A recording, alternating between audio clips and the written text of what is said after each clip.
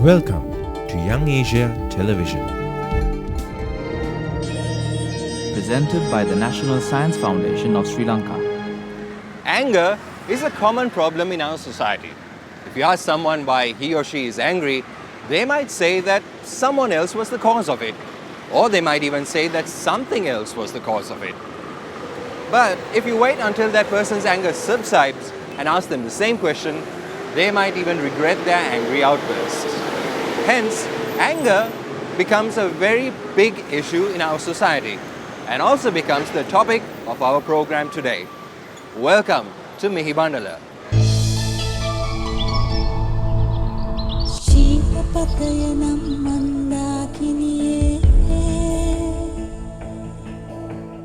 නිල් පැහැයෙන් හැඩ වූ එකමුළුවක් ඇත්තේ ගහකොළ මල් සුසැදී පනනල ඇත සුරැකී ජීවිතයේ විදුනන අත්තර ගත යුත්තේ අවනි පැයුම් බිහිවිය යුත්තේ සොබාදහම් සුරැකිය යුත්තේ අප සම නිරෝගී විය යුත්තේ ජීවිතයේ මේ සියලු රහස් ගැන දැනුවත් විය යුත්තේ විද්‍යාවෙන් තේරුම්ගෙන ලෝකය ජීවත් විය යුත්තේ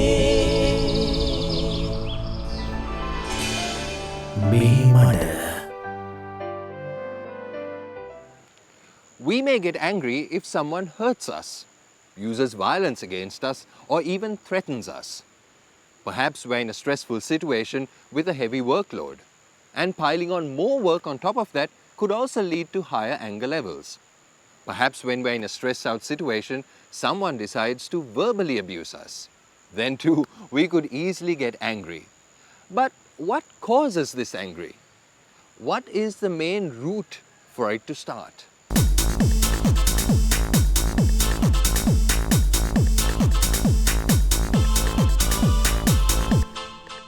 Anger is actually a feeling.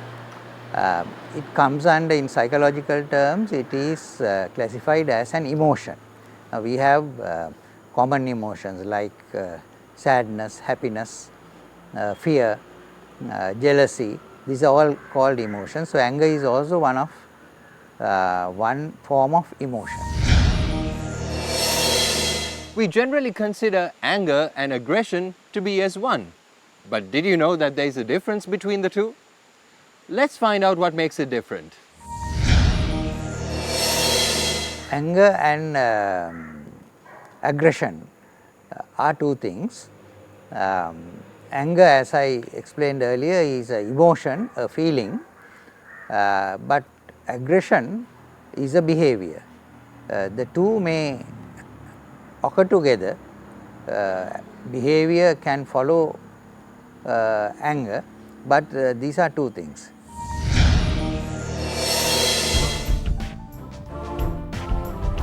There are three important factors related to the mind. They are thoughts, feelings, and behavior. And we say that they are interrelated and interdependent. So if there's a change in one, let's say our thoughts, then it will impact our feelings and behavior too. So if we get angry, our anger is expressed by our behavior.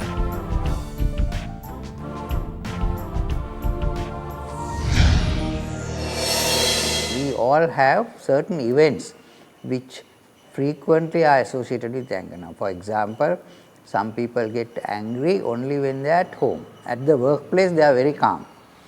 And none of the workmates will even imagine that this person behaves in a very angry way. But at home, the person is very different. So that is a specific thing. Where at home, and sometimes even with specific people, they can get angry. Now, for example, children. Being with children, or when the children are playing or shouting or screaming, you get angry. So you have to find out. Sometimes it can be the other way around.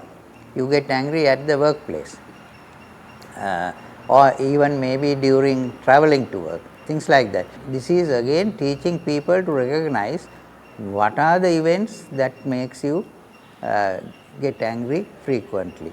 If you don't know, then you can get the person to monitor, say for a week, what are the events that provoked anger. Then the third way is to actually monitor your own changes in your body and mind, which will actually be a clue to your anger. So these can be also thought of as warning signs of anger, impending anger. Now there are certain physical changes that takes place when a person is angry. For example, the heart rate will go up, the pulse rate will go up, the blood pressure will go up, the person will get a feeling of tightness, especially tightness in the chest, feeling hot and warm when you are angry, and these things can be taught so that the person will recognize anger at the early stages.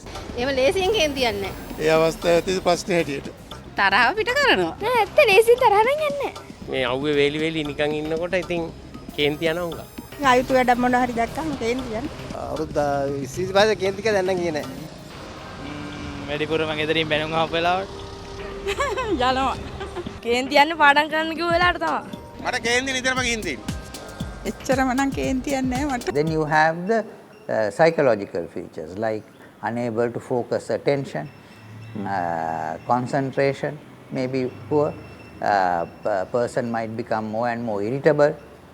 These things can be picked up early. Then also you have the behavior changes where a person might shout.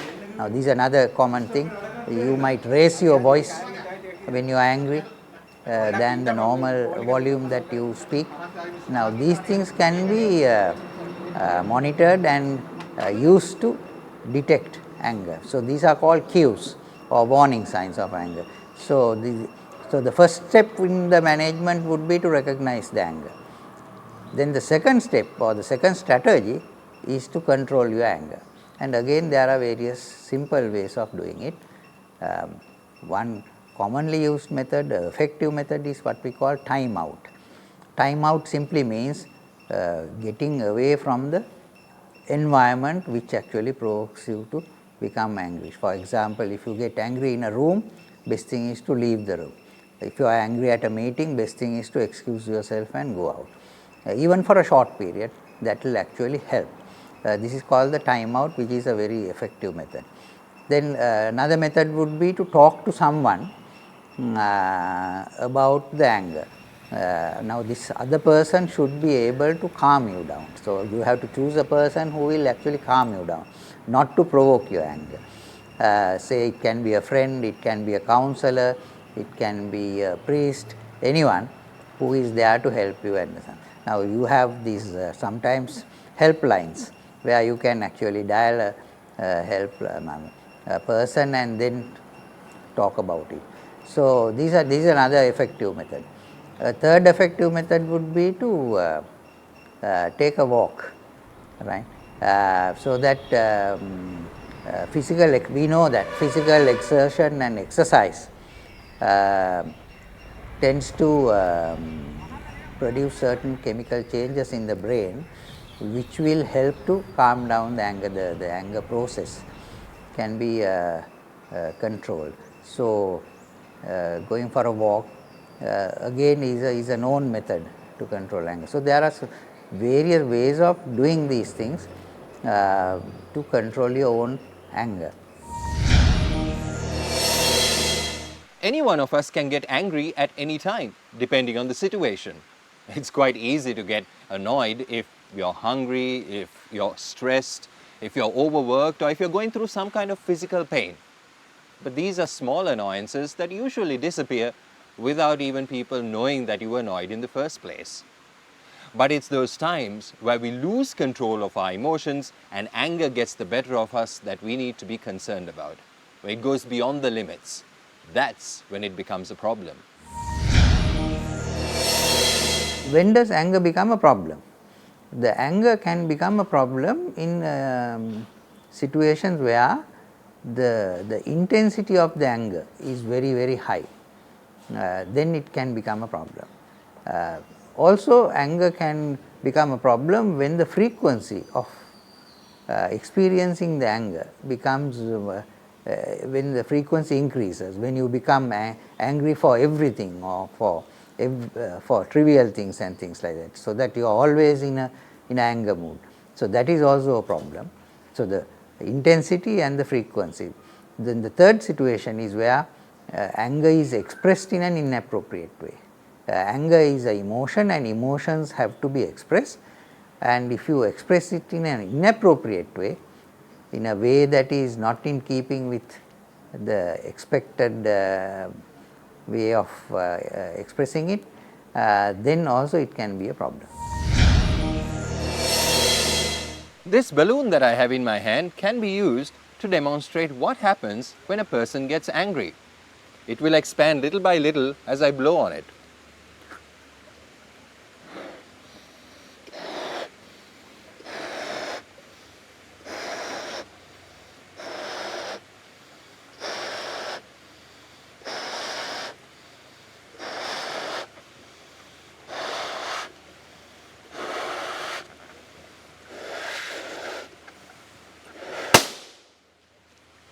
Anger is just like that. It keeps expanding and keeps growing, and it comes to a point where it bursts and just explodes. Anger can be explained as a process. The first phase would be when there is a gradual build-up of anger.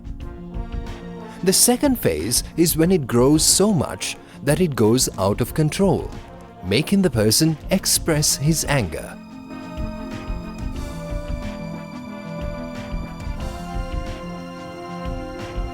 The expression of this anger can result in certain consequences, but this process can be different from person to person, depending on how it begins and what consequences it leads to. In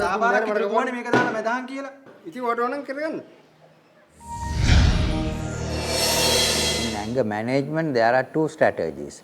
The first one is to recognize your anger, and the second strategy is how to control your anger. Now, when it comes to recognizing anger, there are several things that we can do to recognize our own anger. One thing that we normally teach people is to able to calibrate your own anger, give a value to your own anger. That is to actually enable a person to find out how intensely the person is angry.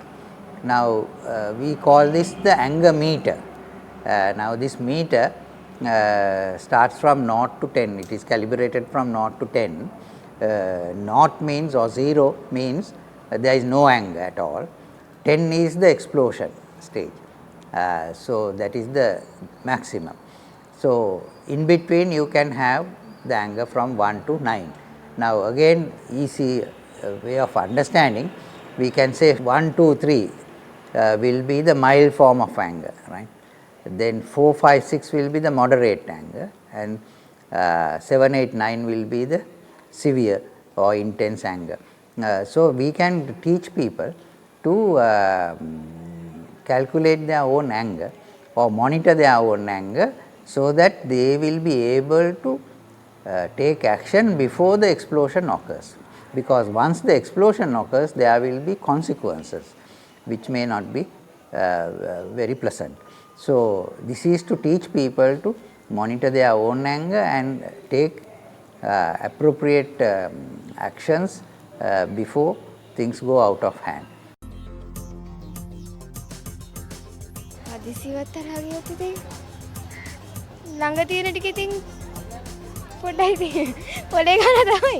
වදින කොට නම් ඉතින් ආසයි ඉතින්. සල්ලි හම්බ කරනවා නම් නිතරම සල්ලි හම්බ වෙනවා නම් ඉතින් එච්චර ගාණක් නැහැ. බෑනලා පිට කරනවා.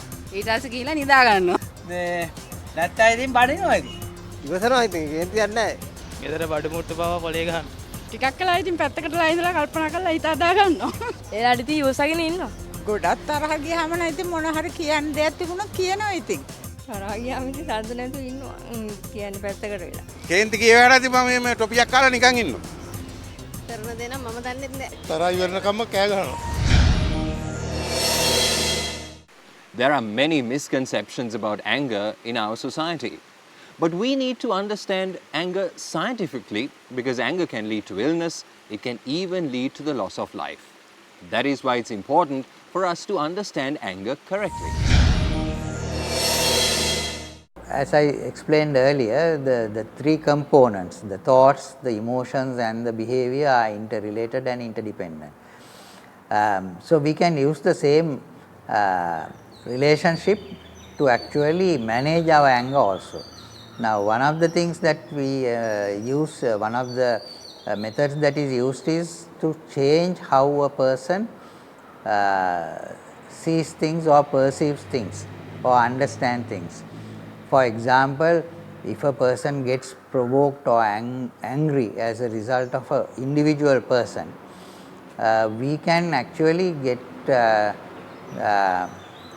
person who has the anger problem to think about the good things about that person. The good things that he or she has done to you, and also to people in general. Look at the good things, think about the good things. So that will actually, instead of provoking anger, that will make you feel more calmer and you will have more pleasant feelings about him.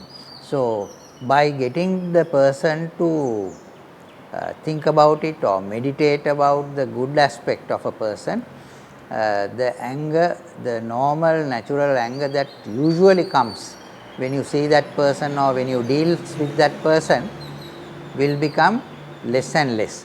So that is one strategy that is used in anger management. Another strategy in relation to your thinking would be how you interpret events. If you interpret an event in a negative way, that can provoke anger. So getting the person to interpret the same event in a more positive way, in a more constructive way. Now for example, if a person comes and scolds you or abuses you for no reason, usual thing would be that we get angry because we feel that he has humiliated us. That is our interpretation. He has humiliated me, so the natural reaction would be to get angry. But is there another way of looking at it? Instead of thinking that he has humiliated me, can't I think that he has misunderstood or he has not realized the error. So he is at fault actually. So why should I get provoked because the fault is actually with him? Thinking like that will actually help us to control our anger or to not to get provoked in such situations.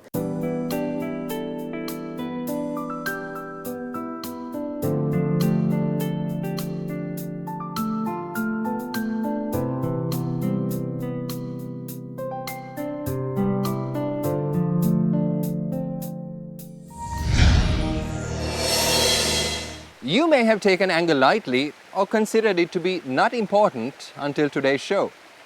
You may have thought that anger is something that occurs and disappears quite randomly, or you may have dismissed it as part of a person's character. But anger sure has its consequences and its complexity. It's all about how you understand your thoughts and feelings. If you can control your emotions, it can have positive consequences. We hope that today's show helped you understand and manage your anger better. We wish you peace as we sign off today on Mihi Bandala.